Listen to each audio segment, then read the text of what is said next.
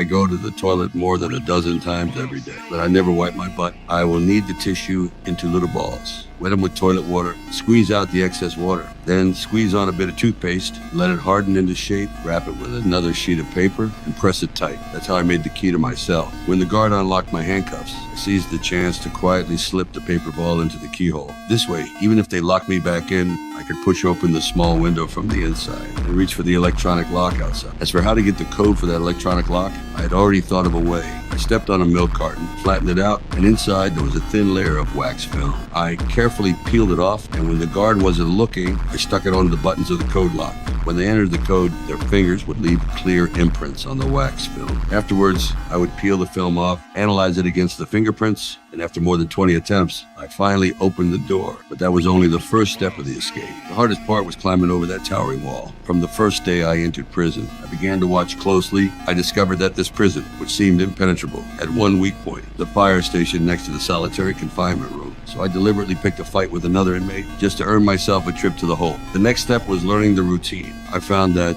after inmates returned from yard time, guards would have 7 minutes of rest. During those 7 minutes, no one was on duty in the monitoring room. So I opened the cell door, first tampered with the surveillance footage, then crawled through the ventilation duct to the fire station and quickly put on an unused set of firefighting gear. The final step was coordination with the outside. At the agreed time, my accomplice detonated a car at the prison gate. The alarm sent the entire prison into chaos. No one noticed. I was curled up under the fire truck. When the truck drove out of the prison, I slipped into the getaway car. The car drove for a few minutes, then turned back toward the prison. I went straight to the warden and told him everything. I wasn't a criminal. I was a breakout expert specializing in testing prison security systems. This was already the 20th prison I had broken out of, and I'd even written a book about it. What I didn't expect was that just after the book was released, people from the CIA came to me and asked me to test a mysterious private prison that held only the most dangerous criminals. Just from the introduction, I knew how dangerous it was, but for that $5 million reward, I agreed. What I didn't expect was that this time I would truly lose my freedom. On the day of departure, I had memorized my fake identity, the contact person, and the extraction code by heart. My partner had even implanted a tracker in my arm. But just as I walked out the door, someone attacked me from behind.